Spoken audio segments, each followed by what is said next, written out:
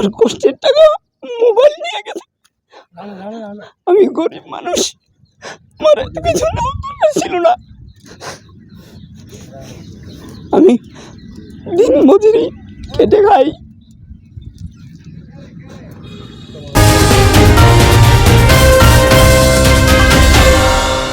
দুর্বলের ওপর সবলের অত্যাচার যেন যুগের পর যুগ বয়ে চলেছে।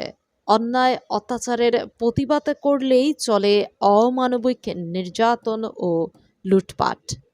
মুন্সিগঞ্জের আধারায় প্রতিনিয়তই চলে হামলা, লুটপাট, ভাঙচুর। ভরদুপুরে চলে চাঁদাবাজি, চাঁদা না দিলেই চলে হামলা ও নির্যাতন, এমনকি হত্যাকাণ্ড। ২৫ থেকে ৩০ জনের একটি সন্ত্রাসী দল দেশীয় অস্ত্রশস্ত্র রামদা চাপাটি নিয়ে আচমকাই একটি ড্রেজারে হামলা দিয়ে ভাঙচুর চালিয়ে ড্রেজারে থাকা নগদ ২.৫ লাখ টাকা ও ৪টি অ্যান্ড্রয়েড ফোন নিয়ে যায়। এ সময় ড্রেজারের ৪ কর্মী গুরুতর আহত হয়েছেন। ২৮ জুলাই রবিবার বিকেলে মুন্সিগঞ্জ সদর উপজেলার আধারা ইউনিয়নের নমকান্দি এলাকায় এ ঘটনা ঘটে। আমার ৫০,০০০ টাকা নিছে আর একটা মোবাইল নিছে, কোনো কথা নেই বাতি নেই। এরকম বড় চাপাতি লিয়ে আইছে, বড় বড় কুড়াল লিয়ে আইছে, ঠিক আছে, মেশিন লিয়ে আইছে, আইসি কোনো কথা নাই, কোনো জিজ্ঞান মেঘ নাই, আতালি পাতালি বাড়ি আর কোপ শুরু করছে।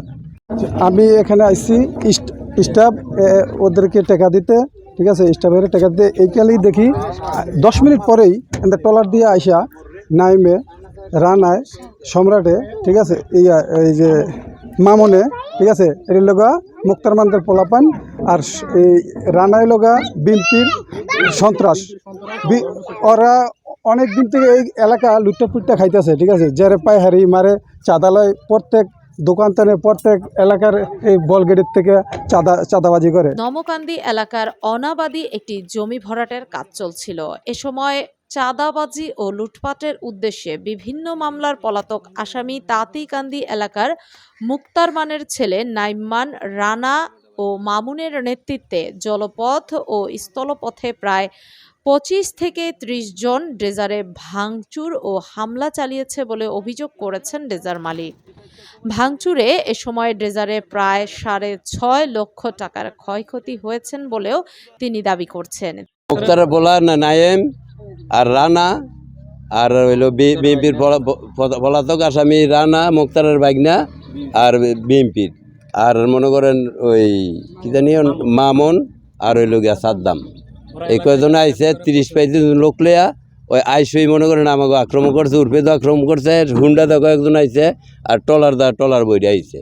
এতে আপনার কতটুকু ক্ষয়ক্ষতি হয়েছে? ক্ষয়ক্ষতি হয়েছে মনে করেন পরিমাণ ৬.৫ লক্ষ টাকা, ৬.৫ লক্ষ টাকা ক্ষয়ক্ষতি করে গেছে।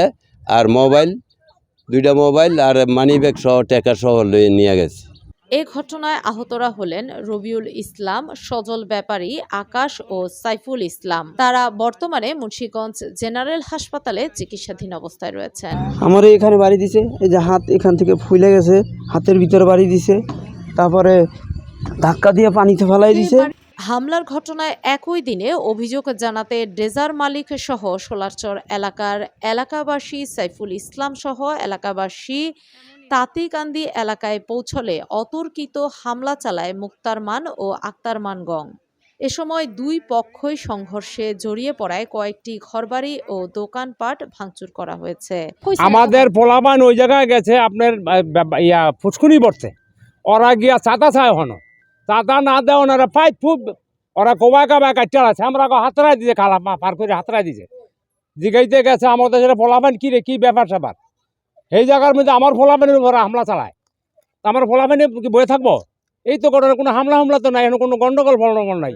আজকে বিচার হওয়ার কথা, এত আজকে ওরা বিচারও আহে না। ওরই তো এক সাইডটা থাকতে আছে, ওরা বলে ওরা উল্টা হামলা দিতেছে, তখন ওরা হামলা দিলে আমরা তো কি করবো, কিছু করার নাই। অভিযোগের বিষয়টি জানতে মুক্তারমানকে ফোন করলে তার সাথে যোগাযোগ করা সম্ভব হয়নি। এ ঘটনায় দুই পক্ষ থেকে এখনো পর্যন্ত কোনো অভিযোগ দায়ের করা হয়নি বলে পুলিশ জানিয়েছে। সুপ্রিয় দর্শক, চাঁদাবাজি ও লুটপাট যেন দেশ ছড়িয়ে পড়েছে। এমন চাঁদাবাজিদের অত্যাচারে সাধারণ মানুষ পুরোই অতিষ্ঠ। এদের বিরুদ্ধে আসলে কি করণীয় তা কমেন্ট বক্সে লিখে জানাতে ভুলবেন না। দেশে বিদেশের এমন সব আরও তথ্য পেতে আমাদের ফেসবুক পেজের ফলো বাটনটি চেপে রাখুন। নিউজটি ভালো লাগলে লাইক, কমেন্ট, শেয়ার করে পাশে থাকুন। ধন্যবাদ।